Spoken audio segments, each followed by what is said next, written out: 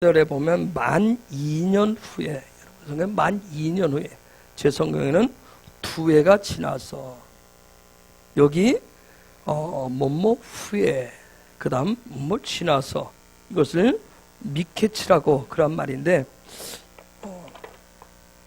제가 미케치라고 하는 그런 말인데, 뭐뭐 후에 뭐뭐를 지나서, 여기서 나오는 앞에 맴이라고 하는 것은 뭐뭐로부터 그런 뜻이에요. 뭐뭐로부터, 그래서 그런 뜻을 가지고 있는데, 그 다음 맴은 뭐뭐로부터, 그 다음 이 캐치라고 하는 것은 뭐 끝이라고 하는 그런 뜻을 가지고 있습니다. 마지막이라고 하는 뜻을 가지고 있어요. 특별히 우리가 마태복음 25장을 통해서 마지막 때 그 부분을 살펴보기 때문에 이번 주간에 이 부분 맞물려 있어서 제가 지금 미리 서두로 말씀을 드리는 거예요. 왜냐하면 주일날 다시 창세기 41장 그 마지막 때, 창세기 41장 전에도 한번 설교한 적이 있을 거예요. 또 다른 차원에서 이 창세기 41장은 예수님 다시 오셨을 때 일어나게 될 그런 어떤 천년 왕국에 대해서 얘기를 해주는 부분들이기 때문에, 그런데 이게 시작하는 데 있어서 이 미케츠, 이거 굉장히 중요한 말이에요. 그래서 여기 만 2년 후에, 다시 한번 창세기 41장 만 2년 후에, 아니면 제 성경에 두 해가 지나서, 사실 이건 좋은 번역은 아니에요. 만 2년 후에. 저것 때문에 우리가 오해하는 부분들이 있어요. 제 성경 두 해가 지나서, 그러니까 2년이 지나서, 만 2년 지나서, 그런 차원이 아니거든요, 이게. 좋은 번역은 아니에요. 저기 나오는 2년, 두 해, 이것도 잘된 번역은 아니고요. 이것은 단지 어떤 숫자적으로 2년이다. 2년, 그 얘기를 지금 얘기하는 게 아니에요, 사실은. 아닌데, 그렇게 돼 있어요. 이건, 성경에서 얘기하려고 하는 것은, 이 미케치라고 하는 말, 그 다음에, 저 2년이라고 하는 말을 또 봐야 되는데, 제가 여기서 오늘 그건 설명하지 않고, 엄격히 말하면, 어떤 두 세계가 있는데, 두 세계가 있다. 땅의 세계와 하늘의 세계가 있다. 그래서 미케치라고 하는 이 말이 등장할 때는 어떤 세계가 끝이 나니까 또 어떤 세계는 뭐예요? 시작된다. 지금 그 얘기를 하는 거예요. 지금 한 세계가 끝이 나고 한 새로운 세계가 시작된다. 그 시작되는 시점에 지금 어떤 일들이 일어나는가 하는 부분들이에요. 그 얘기를 하고 있어요. 그러면 이제 어떤 세계? 제가 이미 아까 말씀드렸듯이 새로운 세계, 어떤 세계? 여러분, 모든 것에는 다 끝이 있어요. 그렇죠? 모든 것에는 끝이 있어요. 끝이 있다라고 하는 거. 내 인생에도 내 삶에도 끝이 있다. 그렇죠? 배움에도 끝이 있다. 뭔가가 시작을 하지만 분명히 끝이 있다. 이 끝이 있다라고 것을 아는 것은 굉장히 중요한 부분이에요. 끝이 있다. 끝난다라고 하는 걸 아는 거.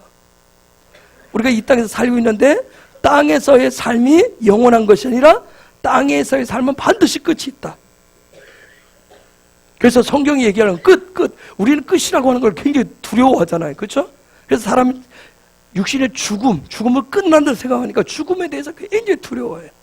여러분들 한 번씩 죽음을 생각 안 해보십니까? 제가 정말 두려울 때는 어떻게 죽는 걸 하냐면 그냥 한순간에 그냥 지진을 나도, 주님 지진을 나도 어설프게 무너져가지고 낑가가지고, 와, 여러분 삼풍백화점 막 무너졌을 때 그 안에 15일 동안 갇혔던 사람, 여러분 그 사람 평생 얼마나 트라우마 고통이겠어요. 그렇죠? 어디에 갇혀서 그건 아니야. 한순간에 자기 자신도 인지하지 못해. 한순간에 하나님 차라리 막 죽음이 무서울 때는 그랬어요. 한순간에 끝장내주세요. 교통사고로 날라면 어설프게 해서 막 그냥 아프고 고통스럽지 않게 그냥 빵 해서 그냥 끝나. 눈 떴는데 여기가 아니라 척이게.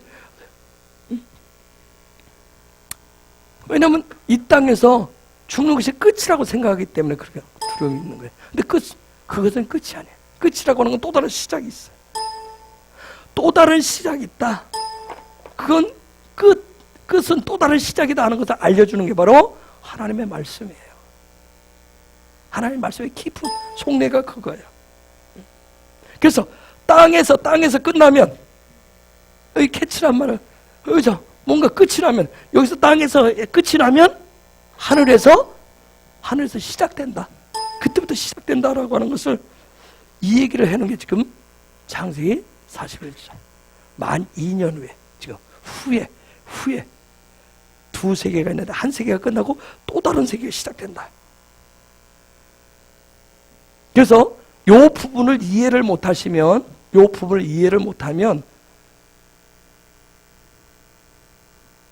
어떻게 보면 이 땅에서 불안해서 삶을 제대로 살아갈 수가 없는 거예요. 언제 어떻게 될지 모르기 때문에, 언제 내가 끝날지를 모르기 때문에 불안해서 뭔가를 못하는 거예요. 또 하나는 반대로 이 캐치란 말을 못하면, 끝이라고 하는 것을, 끝을 시작이라고 하는 것, 이것을 모르는 사람은 너무 무섭기 때문에 그래서 인생을 막 사는 사람도 있어요. 인생을 막 산다고 해요. 왜? 내가 죽으면 끝이라고 생각하기 때문에 뭐예요? 그래서 부어라 마셔라, 막 그냥 있기 위해서 부어라 마셔라 즐겨라, 막 살자, 그냥 막 살자, 그냥 한 세상 막 살자, 그렇게 사는 사람들이 있어요. 어떻게 보면 그런 사람이 가장 불쌍한 사람이에요. 성경은 그런 사람을 가장 무지한 사람이라고 얘기하는 거예요.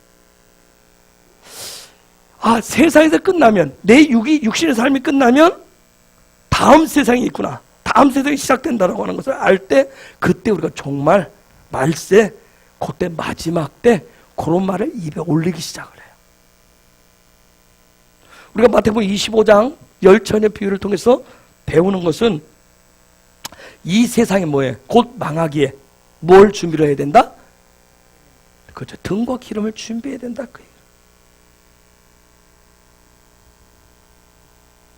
이 세상이 망할 것이기 때문에, 이 세상이 망하고 다음 세상이 오기 때문에 뭘 준비를 해야 된다? 등과 기름을 준비해야 된다. 이렇게 하면 이제 막 가자는 거예요. 죄송해요, 제가. 그게 아니라, 이 세상이 끝장나고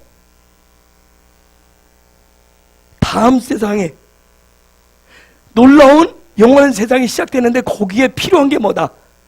등과 기름이다. 등과 기름이다. 그 얘기를 강조하는 게 마태복음 25장. 아까 말씀드린 창세기 41장은 이제 세상이 끝나면 하나님의 왕국이, 영원한 왕국이 어떻게 열리게 되고, 그 하나님 나라 왕국이 무엇을 우리에게 가져다 주는지를 가르쳐 주는 게 바로 창세기 41장이에요. 여러분, 어둠이라고 하는 건 결코 영원하지 않아요. 그렇죠? 어둠은 결코 영원하지 않아요. 반드시 어둠도 끝이 있어요. 그런데 성경은 뭐라고 얘기해? 어둠은 끝이 있는데 그 다음에 오는, 하늘로부터 오는 그 영광의 빛은 끝이 있다 없다? 없다라고 얘기를 해요. 그래서 어둠이 끝나고 그 끝이 나지 않은 밝은 빛이 오는, 영광의 빛이 오는 것을 가르쳐주는 절기가 바로 수전절이에요. 한우카라고 얘기를 해요. 오늘 저녁부터 시작돼요. 근데 이 수전절은 하나님이 정해놓으신 내 명절이야, 내 명절이야, 하나님 정해놓으신 그 7절기 안에는 들어가지 않아요. 근데 놀라운 것은 우리가 요한복음 10장 22절에 봤듯이 예수님도 이 수전절을 지키셨다는 거죠. 예수님이 이걸 지켰으면 예수님 분명히 뭔가를 얘기하려고. 여러분 나중에 집에 들어와서 요한복음 10장 22절 뒷부분을 한번 읽어보세요.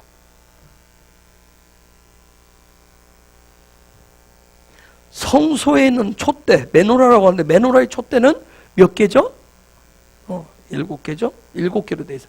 그런데 이 수전절 때, 오늘 밤부터, 지금도 이스라엘 사람들 지키는데, 이 수전절에 지키는 촛대는 몇 개인지 혹시 아세요? 혹시 아시는 분 있어요? 아홉 개로 9개의 불을 밝혀요. 오늘은 수전절 부분, 한옥화 부분이 도대체 어떻게 예수님 지켜졌다고 하는 이것이 도대체 무언가. 그래서 수전절은 빛의 절기라고, 빛의 절기. 즉 성전을 밝게 정화시키는 절기예요. 성전을, 교회를 거룩한 성전으로 바꾸는 데 있었는데는 깨끗이 빤 걸레로 청소해야 교회가 정화되는 것이 아니라, 성전이 거룩해지는 것이 아니라, 교회가 거룩한 성전이 되는 데 있어서는 뭐가 필요하다? 빛이 필요한 거예요.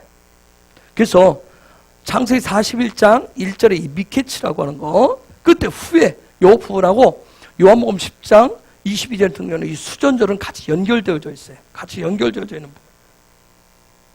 부분.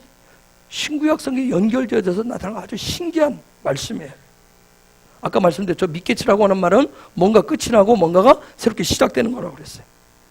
즉 어둠이 끝이 나고 빛의 시대가 시작된다고 하는 것을 말씀해 주는 거예요.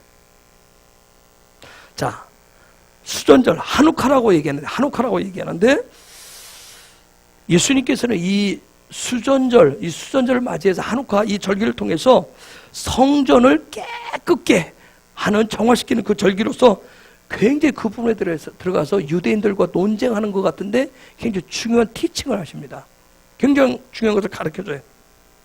근데 성전을 어떻게 청결케 할 것이냐?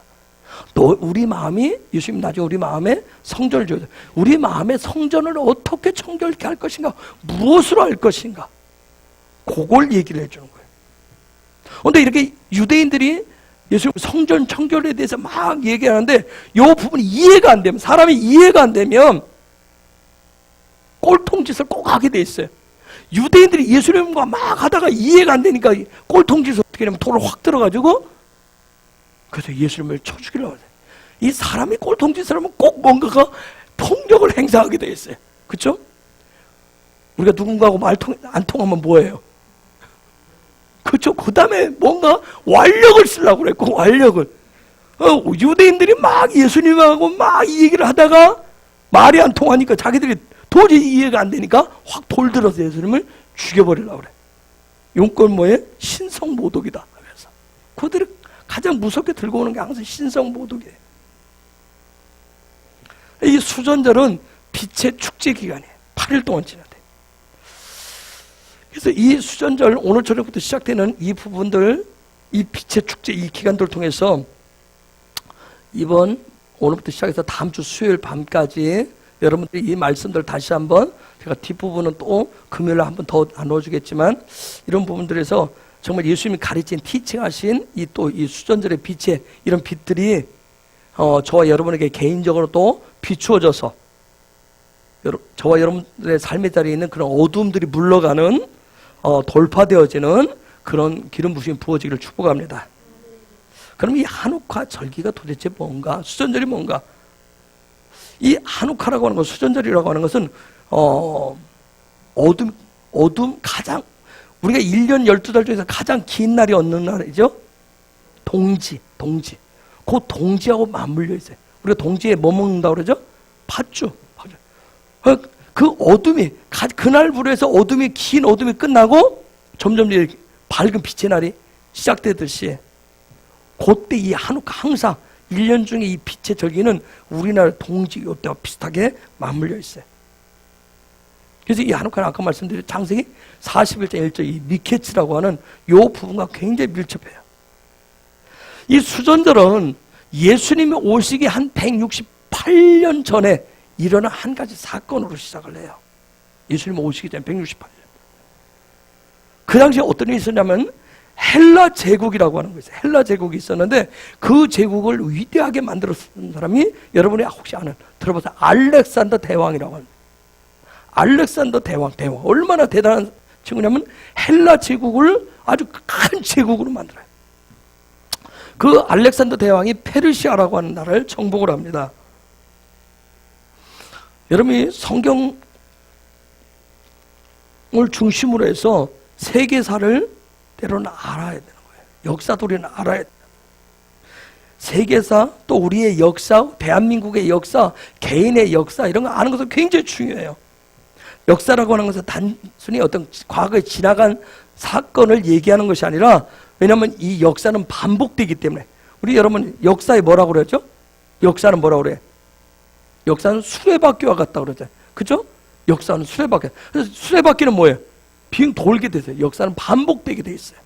그래서 유행도 반복되는 거 아세요? 유행도. 지금은 여러분 저번에 지난 지난 옷을 입으면 창피하고 쪽팔려서 갖다 버리고 하죠. 근데 또 한 10년 지나면 또 그게 또 반복되듯이 역사는 반복되어진다. 그래서 역사를 아는 거 굉장히 중요해요. 왜요? 우리의 미래가 뭔지 그건 알려주기 때문에.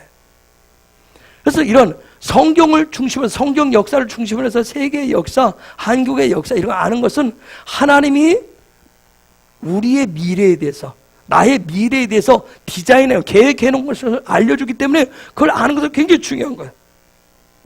특별히 우리가 그렇기 때문에 역사의 주관자를 하나님으로 볼 것이냐, 하나님이 역사의 주관자냐, 아니면 역사 기록은 누가 한다? 역사 기록은 한 나라의 역사 기록을 보면 누가 역사를 기록하는지 아세요? 이긴 사람이, 승리한 사람이, 권력을 힘을 잡은 사람이 자기 의지로 역사를 쓰게 돼 있어요. 역사의 진정한 주관자가 하나님이시냐, 아니면 승리한 사람이 자기 주도대로 쓴 역사로 해석할 것이냐에 따라서 여러분 우리 각자의 삶의 적용 방법이 다 달라요. 내 개인의 역사든 어떤 나라의 역사든 어떤 민족의 역사든 어떤 관점으로 쓰느냐, 그 쓰여진 그것을 어떤 관점으로 배우고 익히느냐 하는 것은 아주 중요한 부분이에요. 그래서 항상 얘기하는 게 이 관점이란 말이에요. 관점. 주무시지 마세요. 관점이에요. 관점이라고. 굉장히 중요한 부분이에요. 그래서 내가 살아가는데 이 세상 모든 것을 나 중심으로 볼 거냐, 하나님 중심으로 볼 거냐, 굉장히 중요한 거예요. 여러분 오늘 살아가는 데 있어서 신앙생활하는 데도 나 중심으로 살아요. 나 중심으로 살면 세상 어디 가서도 그렇게 하고 돌아다니는 거예요. 기도했듯이. 나 중심으로 살면 모든 것을 나 중심, 하나님 중심으로 하면 그렇게 안 해요. 하나님 앞에서 산다라고 하는 게 얼마나 중요해요.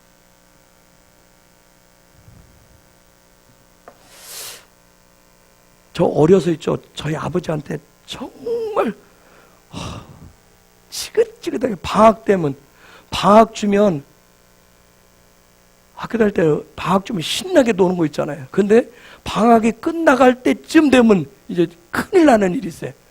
혹시 여러분 아세요? 뭔지? 일기 검사만 했다면 저는 하여튼 엄청나게 많이 맞았어요. 맨날 아침 밥 먹고 나가서 팽이 돌리고 논 거밖에 없는데 이렇게 쓸 게 어디가 있어, 쓸 게. 그쵸? 맨날 밥 먹고 놀았다 이거밖에 없는데 다른 건 다 쓰겠는데 뭐에서 항상 걸려요? 날씨는 속일 수가 없잖아요. 맨날 해 떴다고 쓸 수가 없잖아요. 그놈의 그 일기 쓰시는 분 계세요? 우리 딸내미 하이 보니까 어저께도 통화하는데 보니까 요즘도 일기 쓰고 있다 그러더라고요. 아무 소리는 않지만 저도 저번에 제 개인적인 어떤 부분 쓰다가 또 우리 헤브론 교회 연역을 쓰다가 제가 딱 다 멈췄어요. 얼마 후부터. 처음에는 일기 쓰는 거 아니면 어떤 기록을 남기는 거 굉장히 중요할 여길 때가 있었어요. 그리고 저는 정말 미래에 대해서 벌써 저번에 2018년이 지금 다가오잖아요. 그렇죠? 예전 같으면 뭐예요? 내년 계획에 대해서 얼마나 치밀하게 머리가 빠질 정도로, 그래서 막 그 수첩, 내년도 수첩 얼마나 중요하고 뭐 보물같이 여기고. 필요하신 분 계세요? 제가 드릴게요. 그래서 막 그냥 메모 막 1년치 달려고 뭐 막 그런 메모할 수 있는 그걸 얼마나 중요시 여겼던 때가 있었어요. 그걸 막 1년 지나면 그 수첩을 이렇게 쌓아놓고 내가 뭐 했는가 떠들어보고, 그걸 통해서 막 또 때로는 나 자신을 평가하고, 또 사람들이 나를 어떻게 평가하는지 그걸 보고, 그래서 앞으로 또 어떻게 내가 대처해야 될 것인가, 그 계획을 했었어요. 그런데 제 과거 역사 보니까 대부분 여러분 지나간 거 보면 다 어떤 거 있어요? 부정적이고 안 좋았던 것들이 많이 쌓여 있었더라고. 그 안 좋았던 그런 내 개인의 역사, 그런 것들만 있으니까 그거 떠들어보면서, 몇 년 전 거 떠들어보면서, 그때는 그랬지, 그놈의 새끼, 그 인간, 그 왼수 덩어리 씹어먹으리라 되새김질을 함으로 인해서 내 미래도 부정적이에요. 또 부정적이야. 비관적인 열매가 계속 반복되는 것을 봤어요. 그래서 제가 어느 순간부터 그거 다 내려놓는 작업을 하기 시작했어요. 다 내려놨어요. 그리고 내 삶의, 내 모든 것에, 내 삶의 중심, 내 삶의 역사의 가장 중심은 누구다? 하나님이시다. 그냥 고백만 하는 것이 아니라 실제 그분 중심으로 내 삶을 한번 돌려보자 하면서 내가 했었던 것을 다 내려놓기 시작했어요. 한번 그렇게 살아보려고 제가 지금 발버둥을 쳐요, 혼자. 다 내려놔보자. 정말 계획을 세워놓는 분들 보면 저는 정말 아무 생각이 없는 인간으로 보일지도 몰라요.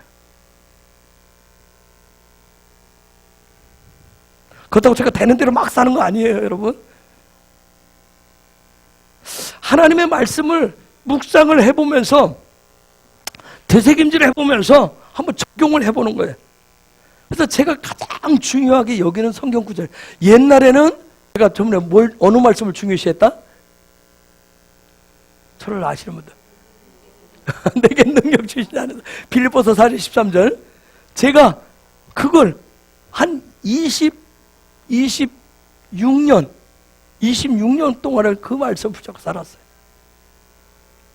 7년 전부터는 제가 뭘 잡고 살겠어요? 창세기 1장 1절. 창세기 1장 1절을 가장 씹어먹습니다. 아주 중요하게 여겨요. 왜요? 나를 향하신 하나님의 역사는 언제부터 시작됐다? 태초부터 시작됐다. 그걸 믿으려고 얼마나. 1964년 음력 3월 24일부터 시작된 것이 아니라 태초부터 시작됐다. 태초부터 시작됐다. 그걸 제가 믿고 믿으려고 얼마나 하는지 몰라요. 그걸 몰랐을 때는 내게 능력 주신 자는 내가 뭐를 다 할 수 있다. 뭐 해내면, 뭔가 내가 성취하면 그분이 나한테 능력 주셔서 내가 이만큼 했다. 예전에는 그렇게 큰 소리 쳤는데, 그게 아니구나. 이제는 조금 눈을 뜨고 나서 뭐해? 태초부터 하나님이 나의 삶의 역사를 이미 계획하고 계셨구나. 그걸 내가 믿으려고. 이게 쉽게 잘 안 믿어져요. 안 믿어지니까. 믿으려고 얼마나 하는지 몰라요. 성경을 보니까 성경은 나를 향한 계획을 언제부터 하셨다? 창세전부터 하셨대요. 여러분 이게 믿어지세요? 창세전부터 했다고? 내가 저번에 철든 다음부터 한 건데, 그쵸? 철들고 뭐 눈 뜬 다음부터, 귀가 열린 다음부터 한 것 같은데, 성경은 창세전부터 나를 향한 계획이 있었대요. 내 역사는 1964년부터인데, 그쵸? 그런데 성경은 훨씬 이전부터, 그 엄청난 정말 헤아릴 수 없는 그 창세전부터, 그때부터 있었다고 기록을 하고 있다니까요. 여러분 이게 믿어지시냐고요. 여러분의 역사가 창세전부터 있었다는 거 가본 적 있어요?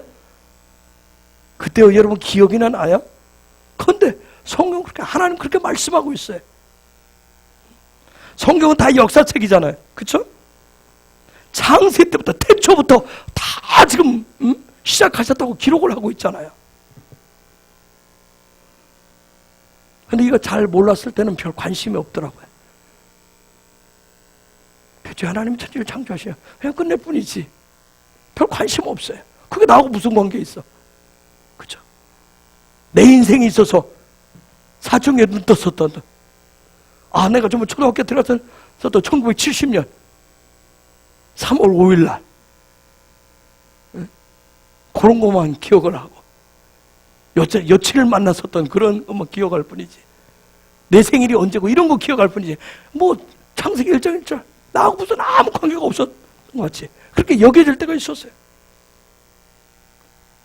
여러분, 창세기 1장 1절 창세전부터 하나님 내 인생에 계획하신 게 있다는 것이 실제 믿어지지 않으면 아브라함 얘기 아무리 해보십시오. 아브라함 얘기 어쩌고저쩌고 해봐요. 나하고 무슨 관계 있어?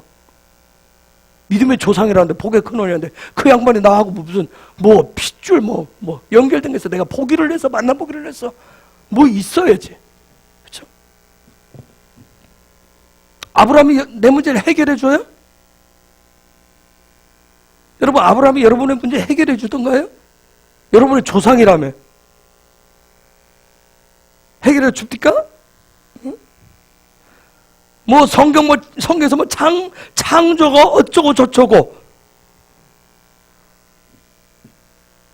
지금 당장 나는 정말 요 교회 문 밖에만 나가도 추워 죽겠는데, 그렇죠? 당장 지금 내 삶의 문제는 심각한데 뭐 창조 얘기하고 창세전 얘기하고 아브라함 얘기하고 나하고 무슨 관계가 있어?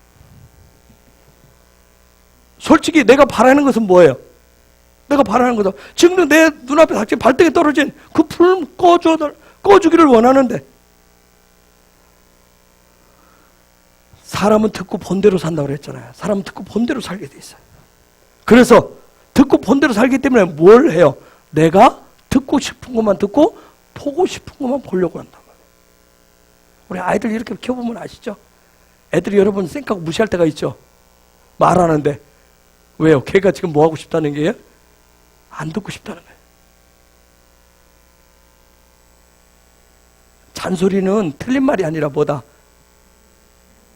내 생각과 다를 뿐이에요. 잔소리는 옳은 말인데 왜 잔소리 들려요? 내가 듣고 싶은 말을 안 하니까 잔소리인 거예요. 내가 원하는 답을 얘기 안 하니까 그게 잔소리 들린 거예요.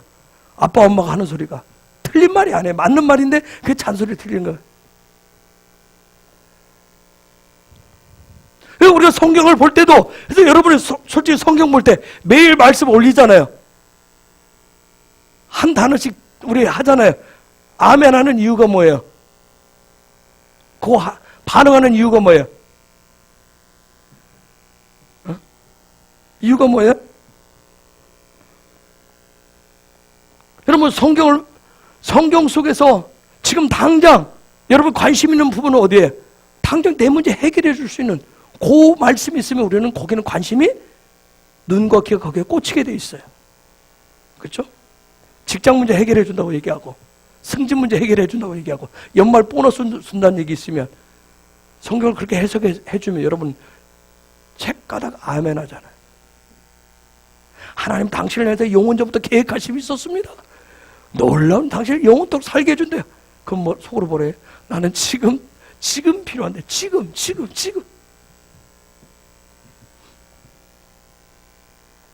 여러분, 성경에 여러 가지 역사 얘기가 있는데 전 세계적으로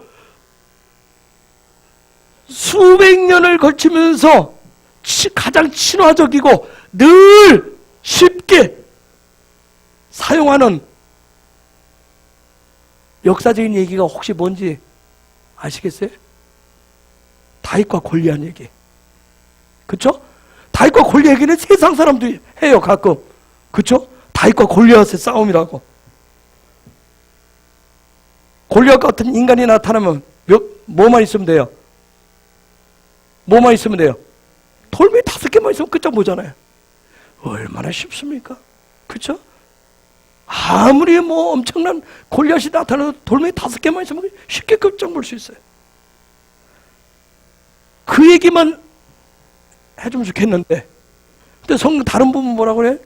참아라, 인내해라, 착하게 살아라, 선하게 살아라, 사랑해라. 맨날 그런 얘기만 있어요. 그럴 땐 별 관심이 없어요. 오늘 다윗과 골리앗 얘기하면 너무 재밌어요. 그죠? 뭐 금방이라도 뭐 밖에 나가서 돌멩이 5개만 주워 갖고 가면 다 끝장볼 수 있는데, 응? 내 이웃을 내 몸같이 사랑해라, 뭐 십자가를 지고 끝까지 포기하지 말고 따라오라. 어? 요즘 말씀 보는 뭐 등과 기름을 준비해라. 아주 뭐 나하고는 거리가 먼 얘기죠. 근데 하나님은 아주 정말 지겨울 정도로 나하고는 별 관심이, 내 관심하고 나하고 별 관계가 없어 보이는 그런 얘기들을 추구장창 여기다 써놨어요.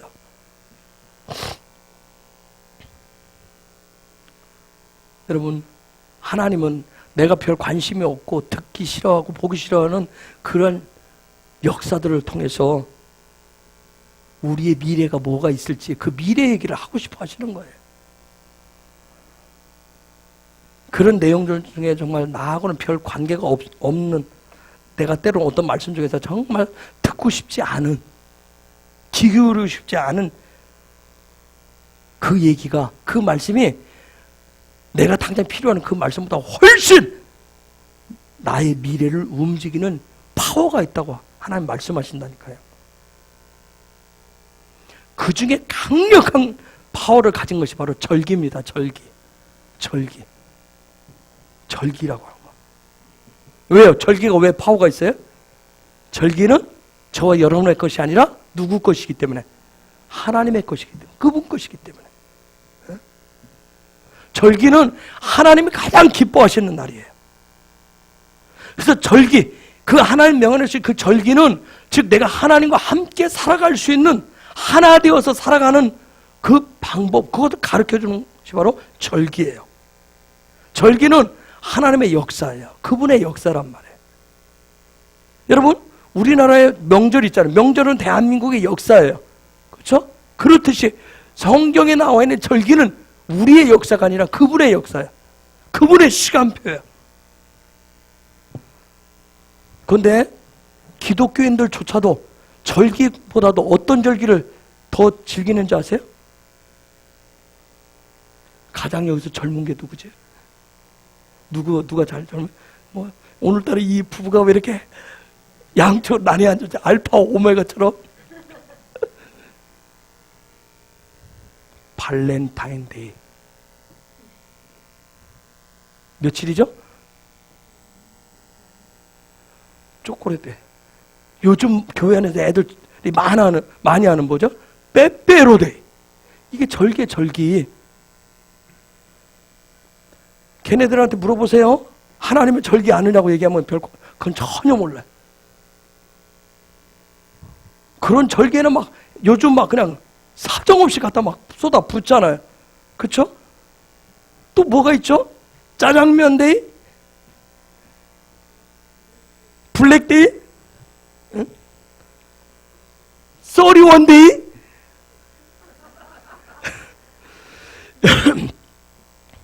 여러분, 인간의 역사에 대해서, 인간의 역사에는 사람들 관심이 굉장히 많아요. 즉 무슨 그날 내가 어떤 대우를 받았느냐, 내가 얼마나 많은 빼빼를 받았느냐, 내가 얼마나 많은 초콜릿을 받았느냐, 꽃을 받았느냐, 거기에 관심이 있을 뿐이에요, 사람들은. 근데 그런 날들은 다, 그런 절기는 누구를 위한 거예요? 인간들을 위한 거예요. 더 깊게는 여러분 영적으로 보면 그건 사단을 위한 절기예요. 그런데 그런 날들을 자꾸 만들어 거기에 빠져서 즐기잖아요. 정말 내가 빛의 자녀로 하나님의 백성으로 살고자 한다면 여러분 하나님의 시간표, 하나님의 절기를 아셔야 됩니다. 분명하게 아셔야 돼요. 자, 이 수전절은 그런 차원에서 예수님이 오시기 전 168년 전에 일어날 사건이에요. 아까 말씀한 헬라 제국이 이스라엘 들어서 예루살렘을 점령해버려요. 아까 말씀드린 알렉산더라고 하는 그 젊은 친구가 왕이 돼가지고 BC 313년에 페르시아라는 나라를 물리치고 헬라 제국, 큰 제국이 하나 딱 등장을 해요. 여러분, 이 헬라 제국이 지금까지도 영향을 미쳐요. 그 알렉산더가 죽고 난 다음에 그 제국이 엄청난 제국이 4개의 나라로 쫙 분열이 됩니다. 그때 4개의 나라 중에 한 왕이 안티오쿠스라고 하는 그런 왕이에요. 근데 이 안티오쿠스는 여러분 성경에 등장해요. 다니엘서 11장 31절에 32절에 예언되어 있는 적그리스도의 모형을 성취해 쳤던 아주 위대한 인물이에요. 31절 32절 한번 읽어볼까요? 지금 떼어놓는데 읽습니다. 시작.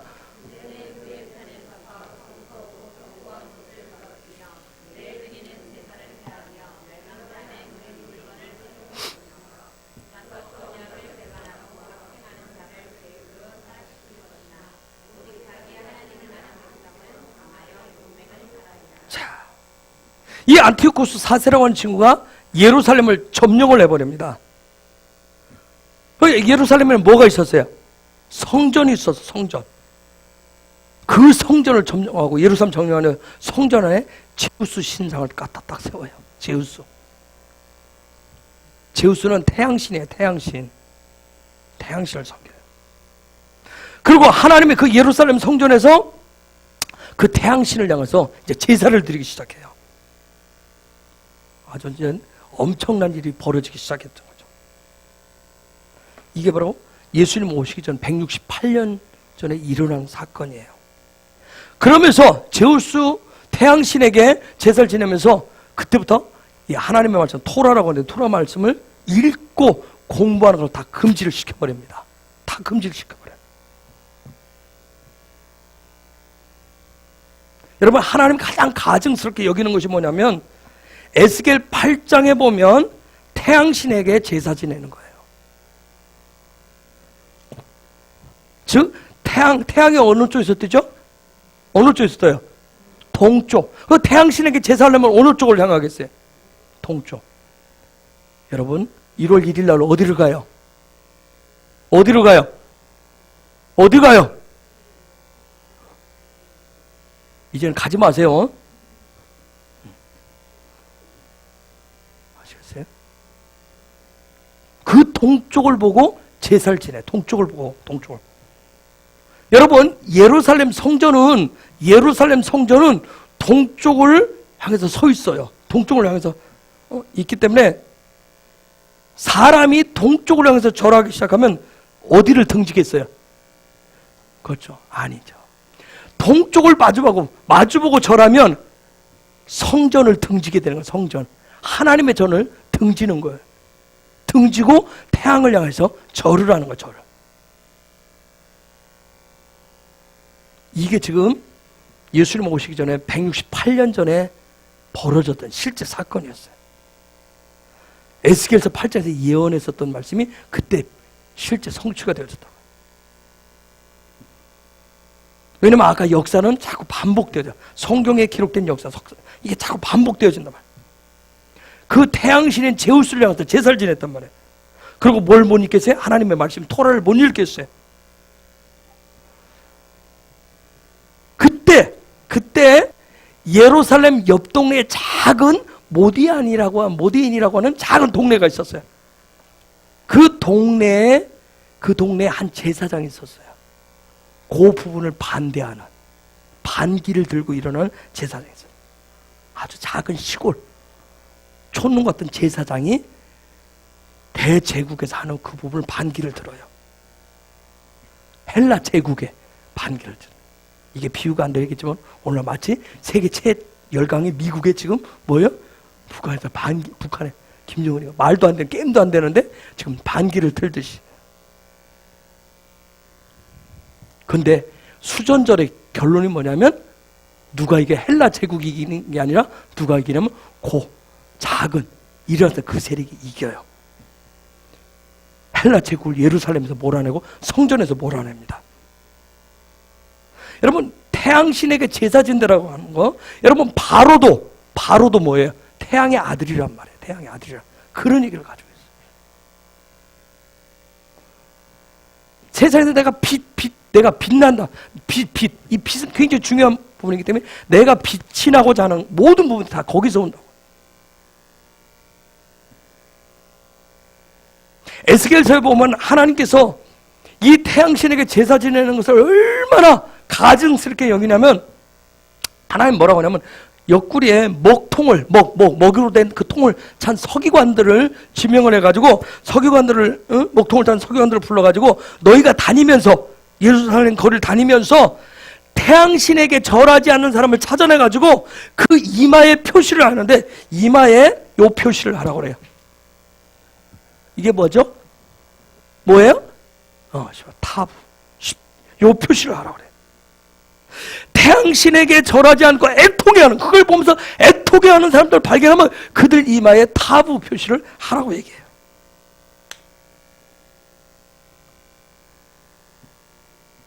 이게 바로 에스겔서의 예언이에요. 그러면 요 이마에 십자가 표시가 있는 사람, 저 타부는 십자가 표시인데 거기에 있는 사람은 모든 재앙을 면하게 될 것이다 얘기를 해요. 제가 하나님의 진노, 하나님의 심판을 면하게 될 것이다. 여러분, 계시록에 보면 황충이라고 하는 게 올라와요. 황충. 여러분 황충 본 적 있어요? 황충? 권사님들 황충 본 적 있어요? 제가 아주 오래전에 영적인 체험을 할 때 황충하고 맞닥뜨렸어요. 제가 그날 눈을 못 떴어요. 너무 무섭게 째려봐가지고. 아주 거의 한 30년 가까이.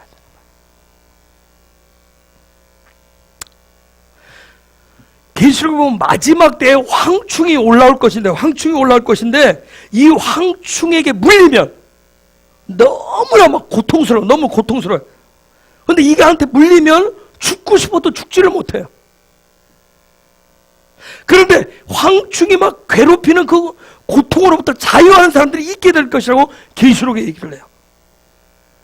어떤 사람들이냐면 하나님의 인 맞은 사람들, 하나님의 인 맞은 사람들은 그 안에서 자유케 될 것이라고 그래요. 그런데 계시록에 보면 세상은 마지막 때가 되면 이 황충에 물린 사람들은 점점 더 늘어나서 막 괴로움 속에서 죽지 못해서 어쩌지 못하는 고난 가운데 사는 사람들 점점 늘어나게 될 것인데, 사는 게 너무 힘들고 고통스러운데 죽지를 못해요. 그냥 죽지 못해 어거지로 사는 거예요. 그런데 그런 고통으로부터, 그런 황충으로부터 자유하는 것이 바로 하나님의 입맞은 사람들이다. 즉 성령 안에 있는 자들이라는 얘기예요. 십자가의 인을 맞은 자들이 자유함을 누리게 될 것이라 얘기해요. 그래서 여러분, 이 마지막 때는 뭐가 아니면, 십자가가 아니면, 예수님의 십자가가 아니면 살아갈 수가 없는 거예요. 정말 성경에 하나님 기록한 이 예언, 성경의 역사가 계속 반복된다면 마지막 때, 정말 마지막 때 교회 안에서 어떤 일이 벌어지겠어요? 어떤 일이 벌어지겠어요? 그러면 교회 안에서 어떤 일이 벌어지겠어요? 어떤 일이 벌어져요? 그저 태양신을 섬기는, 태양신에게 제사하는 이 일들이 벌어지게 돼요. 자, 그럼 오늘날 지금 벌어지고 있느냐 안 벌어지느냐? 지금 벌어지고 있느냐는 거예요. 벌어지고 있습니다. 잘 들으셔야 돼요. 태양신에게 태양신을 섬기는 게 뭐냐면, 이게 바로 아까 얘기했듯이 예루살렘 성전을 들어와서 태양신을 섬기게 한 게 어떤 제국이에요? 어느 제국이에요? 헬라. 이 헬라 사상이 지금도 그대로 온다. 헬라 사상의 중심이 있어요. 헬라 사상. 이게 마치 시대가 가면 문화와 문명이 발전하듯이 사상이 발전을 해요. 헬라 사상의 아주 가장 중심이 바로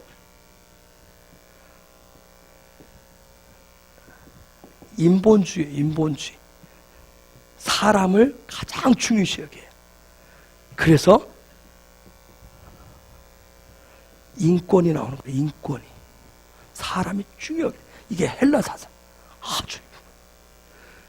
헬라 사상이 아주 그래서 인권, 사람을 신봉을 해요. 신봉을.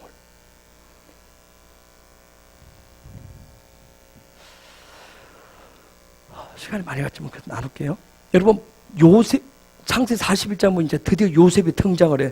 요셉이 등장할 때 한 가지 사건이 생겨요. 누가 등장하냐면 바로가 등장을 해. 바로가 등장하는데 그냥 등장하는 것이 아니라 뭘 하죠? 바로가 꿈을 꿔요. 꿈. 여러분, 다니엘이 등장을 할 때 누가 꿈꾸죠? 느부갓네살이 꿈을 꿉니다. 다니엘이 등장할 때도. 근데 느부갓네살이 재밌는 게 뭐예요? 꿈꾸고 나가서 어떻게 하죠? 온 나라에 배웠다는 놈들 다 부르잖아요. 평소에 나 좀 학력 있어 하는 놈들, 그 다음에 점잘쳐 하는 무당들 다 불러가지고 뭐 얘기해? 뭐 어떻게 하죠? 뭐라고 그랬어요? 나 꿈 얘기 안 할 테니까 니들이 다 알아맞혀. 해석까지 해놔. 한 놈도 못하는데 누가 해요? 다니엘이 해줘요. 다니엘이 하잖아요. 자, 하나님이 알려줬어요. 그때 느부갓네살의 꿈이 뭐죠? 요즘 다음 세대 참석하시는 분들 그래서 얘기하잖아. 큰 금신상이었어요. 그런데 머리는 금, 바벨론을 얘기하고, 그렇죠? 머리는 바벨론을 얘기하고, 그 다음 어깨는 페르시아를 얘기하고, 허리는 헬라, 그 다음 다리는 로마예요. 로마. 이게 헬라 대제국이 네 나라로 바뀌었어요. 자, 네 나라가 있었는데 이게 한 신상, 하나의 신상, 한 모양을 갖추고 있어요. 그런데 나중에 이것이, 이 신상이 어떻게 박살나죠? 뜨인 돌에 의해서 박살이 나요. 이건 장차 일어날 예언적인 사건이에요. 즉 예수 그리스도에 의해서 완전히 이런 나라가 박살날 것을, 즉 주님께서는 한 모양을 하는, 한 형상을 하는 그것을 그냥 깨부실 것을 얘기하는 거예요. 바벨론, 그 머리가 된, 금신상의 머리가 된 바벨론은 바로 사탄을 얘기해요. 여러분, 사단은, 자, 예수님이 오셔서 하시는 일이 뭐예요? 저와 여러분을 죄로부터 구원시켜서 뭐 하는 거예요? 궁극적인 하나님의 형상을 회복시키는 거예요. 하나님의 형상을 회복시키는데, 사단은 이걸 흉내를, 카피를 한단 말이에요. 사단은 자기도 그걸 흉내를 내는데, 사단은 모양을 갖춰요. 자꾸 모양. 여러분, 형상과 모양을 가져야 되는데, 제가 얘기했죠. 모양부터 내지 말으라고. 사단은 자꾸 모양 내는데 집중을 하게 돼요. 모양을 내는데. 그래서 사람들이 자꾸 왜 저기 신앙생활 하는데 척척한다, 척. 뭐 하는 척. 모양 내는데 집중하는 사람들이 있어요. 실제 아닌데 사랑하는 척. 실제 아닌데 그렇게 하는 척. 믿음 있는 척. 뭐 하는 척 하는 모양을 먼저 내게 한다면. 이게 사단이 자꾸 카피하는 거예요. 예수님이 오셔서 하는 일이 뭐예요? 하나님의 형상을 회복한 한 세 사람, 그 모양을 갖추게 하는 거예요. 사단은 자꾸 그걸 카피해 보려고 그래. 자, 한 세 사람의 머리가 누구예요? 그리스도예요. 사단도 뭐예요? 자기가 머리 역할을 하는 거예요. 자, 그리스도가 머리면 나머지는 다 뭐예요? 우리는, 저와 여러분 뭐가 되는 거예요? 지체가 되는 거예요. 사단도 자기가 머리가 돼서 나머지가 뭐 하게 되는 거예요? 자기의 지체를 이루게 하는 거예요. 그리스도 중심의 그런 왕국처럼 사단도 모양을 갖춘 그런 세상에 힘 있는 나라를 꿈꾸는 거예요. 그래서 바벨론, 페르시아, 헬라, 로마의 모양을 갖췄어요. 전략과 전술은 어디로부터 나와요? 머리로부터 나와요. 그래서 성경에 이스라엘을 깨부시는 나라가 어느 나라예요? 바벨론. 이스라엘 멸망시키는데 바벨론. 그리고 그 허리가 어디라고 그러죠? 허리. 헬라. 이 허리, 이게 힘을 상징해요. 이 허리는 우리 인체에 있어서 가장 중요한 부분, 힘을 상징한다. 그래서 사단의 나라에 있어서 실제적인 파워를 나타내는 그 힘쓰는 존재가 어디서 나와요? 헬라에서 나온단 말이에요. 그래서 마지막 때가 되면 뭐가 다 덮어버린다? 헬라 사상이 다 덮어버리는 거예요. 이 땅에는 교육 모든 게 다 헬라 사상인 거 아세요? 헬라의 특징이 뭐라고 그랬어요? 인본주의.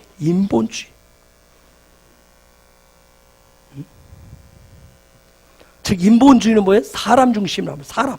사람을 중요하게 여기는 거예요. 사람을 중요하게 여기는 거예요. 이 인본주의를 중요시하는 사단의 그 헬라 사상의 특징은 모든 사람들이 하나님의 왕국에 있어서는 모든 사람이 누구의 성품을 갖는 거예요? 하나님의 성품, 예수님의 성품을 담게 하는 거예요. 그러면 사단의 나라에서는 헬라가 가리키는 그 헬라 제국에 있어서는 궁극적으로 누구의 성품을 갖게 하는 거예요? 사단의 성품을 갖게 하는 거예요. 그 사단의 성품을 갖게 하는 가장 강력한 힘이 뭐다? 인본주의라서 인권이란 말이에요. 인권을 얘기해요. 그래서 이 모든 것은 다 사람 중심이에요.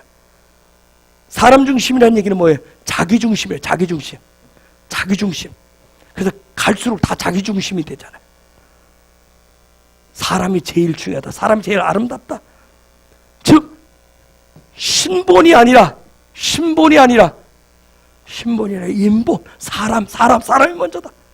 그래서 모든 것을 다 뭐 중심으로 얘기하는 거예요? 사람 중심으로 얘기한다. 사람 중심.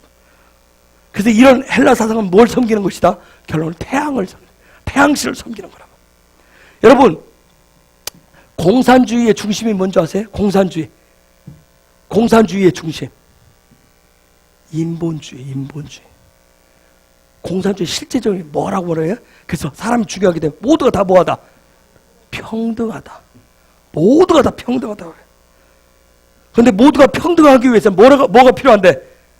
머리가 필요하다. 머리. 평등을 해야 되는데 머리가 필요하다. 그 머리가 뭐다? 태양이다. 그래서 놀라운 게 북한에 뭐가 있는 줄 아세요? 태양절이 있어요. 북한에 그래서 태양절이 있는 거예요. 민족의 태양, 민족의 아비, 민족의 영, 수령 하면서 태양절이 있어요.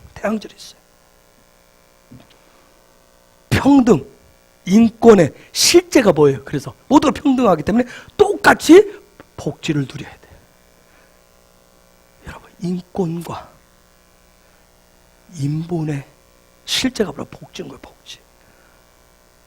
그래서 우리 남한도 지금 점점 뭐예요? 헬라의 권위 안에 지금 다 들어가고 있어요. 쫙 들어가고 있어요. 여러분, 북한이 왜 태양절을 세우고 신봉하고 있을까요? 정수영 집사님? 평양이 제2의 뭐예요? 예루살렘. 1907년도에 일어난 평양 대붕, 엄청난 역사예요. 하나님 역사. 그 열매가 뭐예요? 우리 남한의 기독교예요. 남한의 기독교 열매가. 지금 그곳에 지금 사단이 뭐예요? 자기 왕국을 세워놨단 말이에요. 왕국을 세워놨어요. 성령의 역사가 있던 곳에 지금 뭐예요? 우상이 세워주고 태양신을 섬기는 태양절이 지금 세워져 있는 거예요. 이 태양절은 다 자기 중심이에요. 사람 중심이란 말이에요. 자기 사랑하는 거예요. 인본주의 중심은 뭐냐면 다 나야. 나.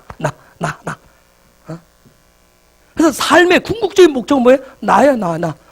내가 나란 말이에요. 내가 살아가려고 나를 위해서 사는 거예요. 여러분, 내 삶의 목적을 나로 놓으면 누구의 지체가 되는 거예요?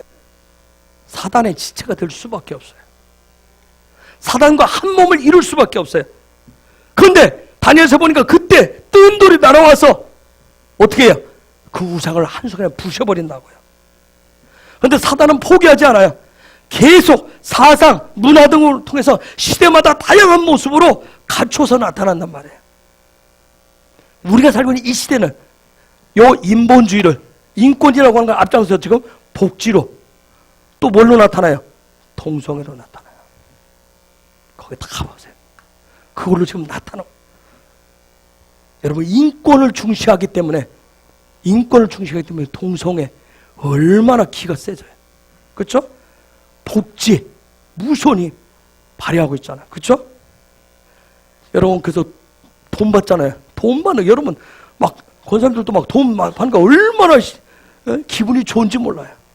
나라는 막 비세에서 막 망해가던 관계없어요. 지금 당장 내가 돈 받는 거, 서로 막 복지를 받느냐 못 받느냐, 얼마나 혜택을 받느냐, 여기에 다 집중되어 있어요. 다 여기서 나와. 여러분, 헬라 사상의 진정한 힘은 어디서 나오냐면 교육에서 나와요. 교육. 그래서 오늘날 모든 교육 체계는 다 헬라 사상으로 다 덮여져 있어요.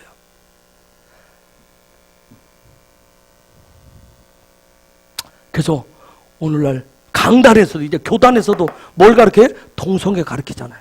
그렇죠? 동성애 부분에 대한 복지 이 부분을 아주 강력하게 교육하고 있어요. 아주 무서운 기세를 확장하고 있단 말이에요. 헬라 이 제국은 오늘날 사상, 인본주의 사상 이걸 통해서 교육이라고 하는 걸 통해서 아주 큰 힘을 발휘하고 있어요. 자, 이러한 때 다시 한번 요한복음 10장 20절은 그 22절에 있는 말씀처럼 예수님께서 지금 빛의 절기를 통해서 한우카를 통해서 유대인들을 다시 한번 교육을 시켰던 거예요. 무슨 얘기냐면 너희들 정신 차려라. 정신 바짝 차려라 지금 얘기해요. 지금 인본주의가 아니라 뭐다? 신본주의다. 하나님 중심이다. 얘들아 정신 차려라. 응?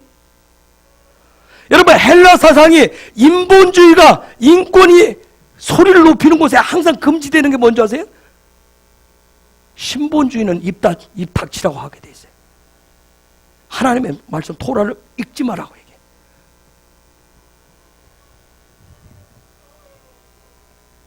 그래서 오늘날 인권 평등을 외치는 곳에는 항상 누가 적으로 나타나요?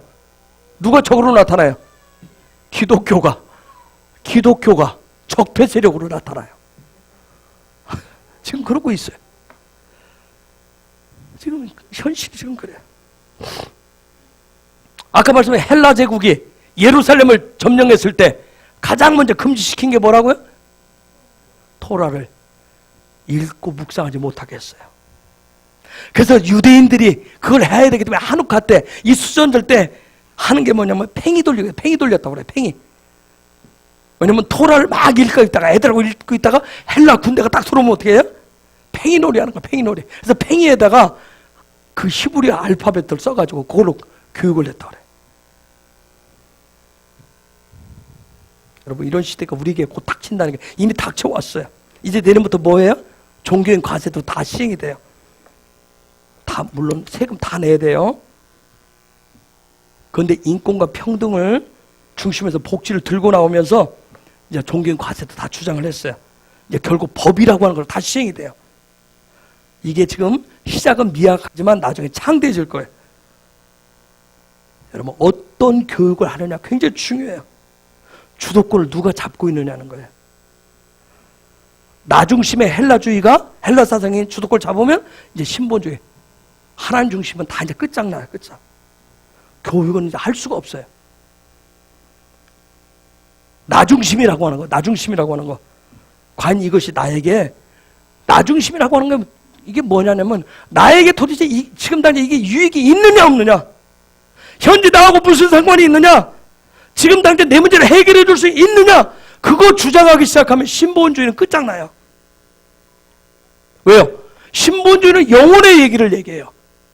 그런데 인본주의는 뭐예요? 지금 당장 지금의 문제를 얘기를 해요. 신본주의는 다 뭐예요?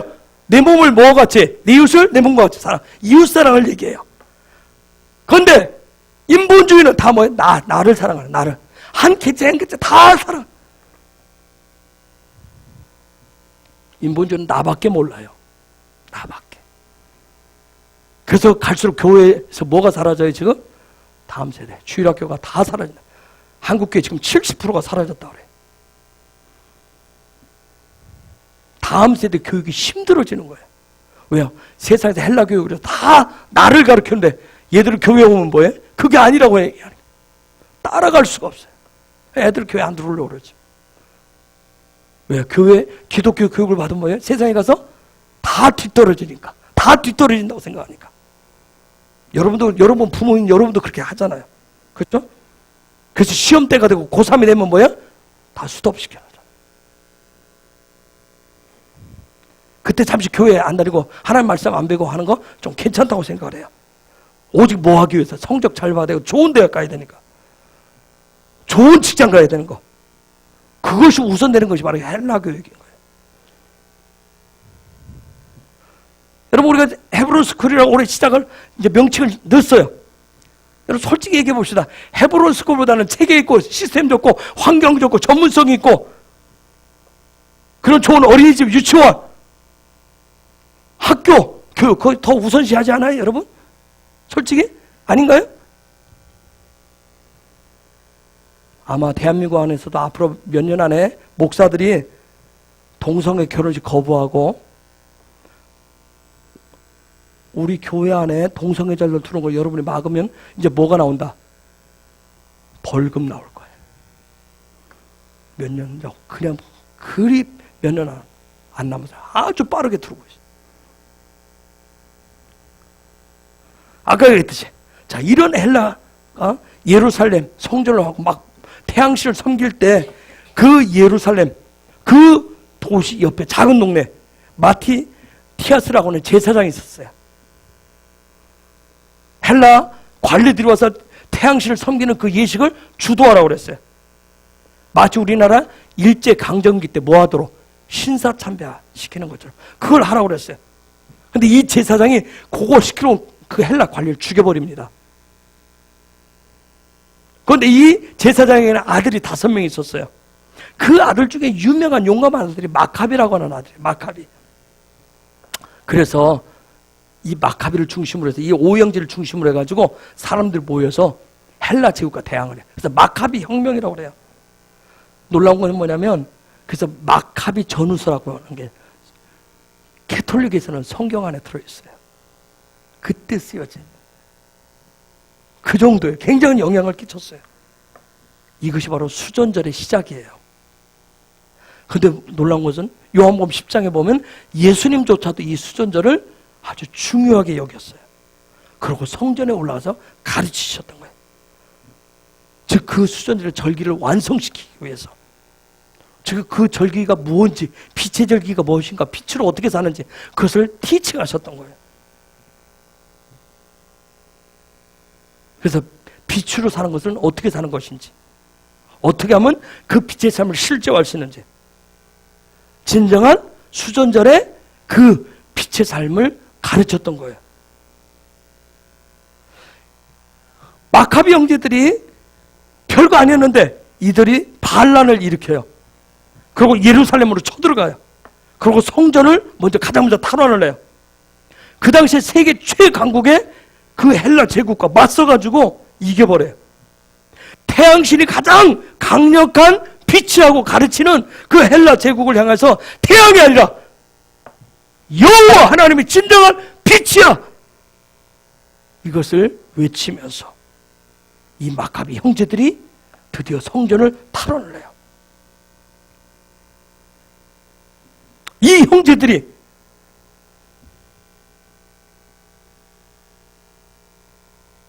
빼앗겼었던 그 성전을 회복해요. 여러분 헬라 제국이 성전을 점령했을 때 어떤 일이 생기냐면 어둠으로 휩싸여. 성전을 항상 뭐가 켜져 있어야 돼요? 메노라. 이 메노라의 불이 항상 켜져 있어요. 꺼지면 안 돼요. 그런데 헬라 제국이 하면서 이 불이 꺼진 지 오래됐어요. 놀라운 건 또 뭔 일을 한 줄 아세요? 태양신을 섬기기 위해서 헬라 제국은 돼지를 잡아서 돼지피를 뿌리게 했어요. 돼지피를 뿌리게 했던 거예요. 성전 안에 돼지피를 뿌리게 했어요. 여러분 성경에서 돼지는 뭐예요? 부정한 짐승이에요. 그 피를 뿌리게 했어요. 그래서 마카비 형제가 성전을 탈환하고 어떻게 했겠어요?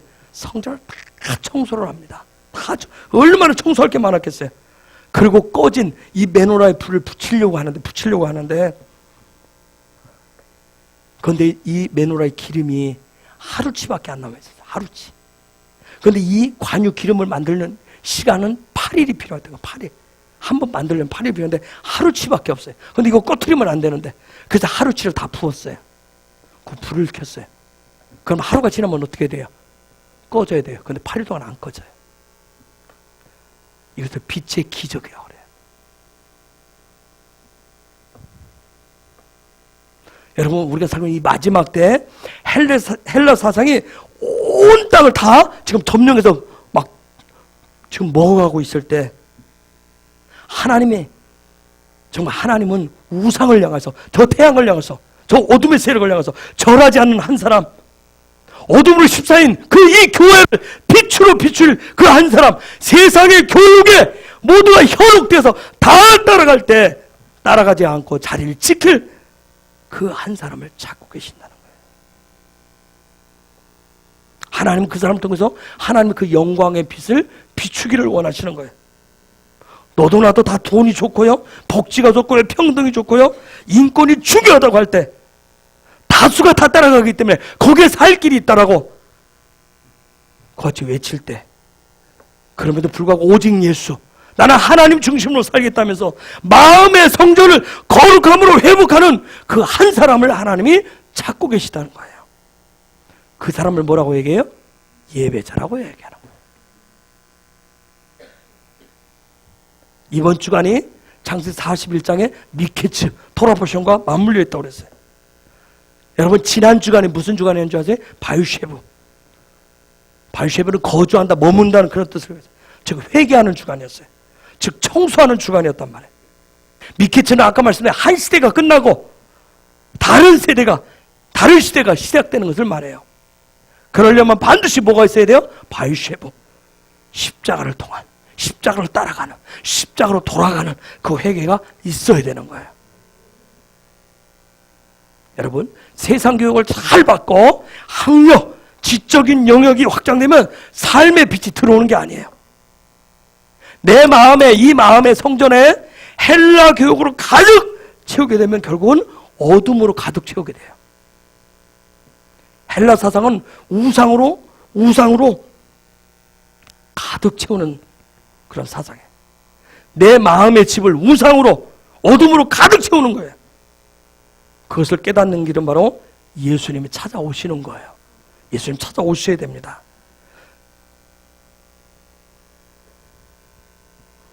예수님 오시면 뭐부터 하겠어요? 그래서 청소부터 하시는 거예요. 청소부터 하십니다. 가증한 것들을 치우셔야 되는 거예요. 성전 안에는 아까 뭐가 있다고 그랬어요? 이 메노라가 있어요. 촛대가 있어요. 메노라는 뭐가 꺼지면 안 돼요? 불이 꺼지면 안 돼요. 내 마음이 헬라 교육을 따라서 우상을 섬기면, 내 마음에 헬라 사상이 들어오면 내 마음의 성전에 메노라에 뭐가 꺼져요? 불이 꺼지게 돼 있어요. 메노라의 불은 뭘 상징해요? 성령의 불을 상징하는 거예요.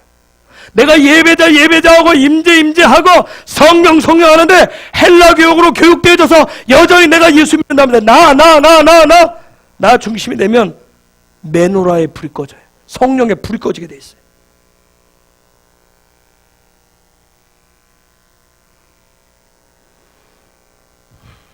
어둠을 해결하는 방법이 뭐예요? 어둠을 해결하기 위해서 어둠을 쫓아다니면서 없어질지어다, 예수 이름으로 없어질지어다. 그럼 없어져요? 어둠을 해결하는 방법은 뭐예요?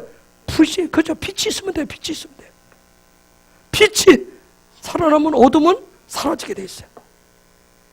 놀라운 게 뭐예요? 그 성소 안에 있는 작은 메노라에 불이 밝혀지면, 성전에 불이 밝혀지면 온 세상이 밝아지게 되는 거예요. 그런 역사가 필요해요. 온 세상이 아무리 어두워도 하나님의 전에 불이 밝혀지면 온 세상의 어둠은 순식간에 물러가게 되어 있어요. 저와 여러분의 삶의 어두움은 하나님의 영의 불이 밝혀지면 순식간에 다 물러갑니다. 그래서 성소의 불은 항상 꺼지지 않고 켜져 있어야 되는 거예요. 그래서 마카비 형제가 예루살렘에 진격하자마자 가장 먼저 탈환하려고 했었던 게 하나님의 전이었어요. 그 하나님의 성전을 탈환하자마자 가장 먼저 한 일이 바로 이 성소의 불부터 밝히는 일이었어요. 여러분, 이 시대의 기독교가 아니에요. 이 시대의 교회가 아니에요. 1천만의 기독교인의 숫자가 아니라 하나님의 전에 불을 밝힌 교회, 거룩한 성전의 불을 밝히고 사는 기독교인이 있으면 이 시대에 어둠을 몰고 오는 헬라, 그 사상을 이길 수가 있어요. 헤브론은 바로 그런 곳이 되어야 됩니다. 헤브론은 바로 그런 곳을 하늘과 땅을 연결하는 곳이에요. 하늘의 빛을 땅으로 연결시키는 통로가 바로 헤브론입니다. 그래서 헤브론에서 예배자, 헤브론의 예배자라고 하는 것은 바로 그러한 삶을 살아가는 사람들이에요. 이 메노라의 기름이 거룩한, 정제되어진, 구별되어진 그런 기름이 되어야 했듯이 우리 헤브론의 예배자들은 성령의 기름만을 가지고 있으셔야 돼요. 마태복음 25장에 그 열처녀에게는 필요한 것이 바로 등과 기름이었어요. 수전절은 며칠 동안? 8일 동안 지켜져요. 오늘 저녁부터 다음 주 수요일 저녁까지. 여러분이 그냥 오늘 처음 하루카드에 대해서 얘기했어요. 이 절기를 여러분이 시작을 하시면서 여러분 안에 있는 성전의 불을 켜는데 주력을 하시기 바랍니다. 이제는 어둠에 사로잡혀서 어둠 속에서 그저 끙끙거리고 헤매는 것이 아니라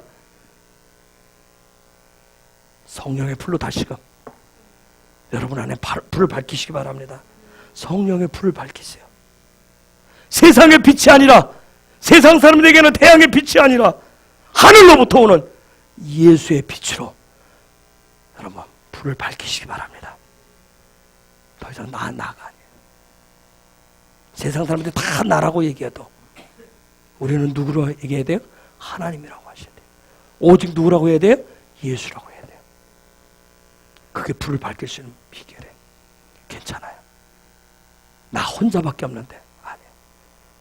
이 세상 모든 것을 창세전부터 창조하신 위대하신 누가 있어요?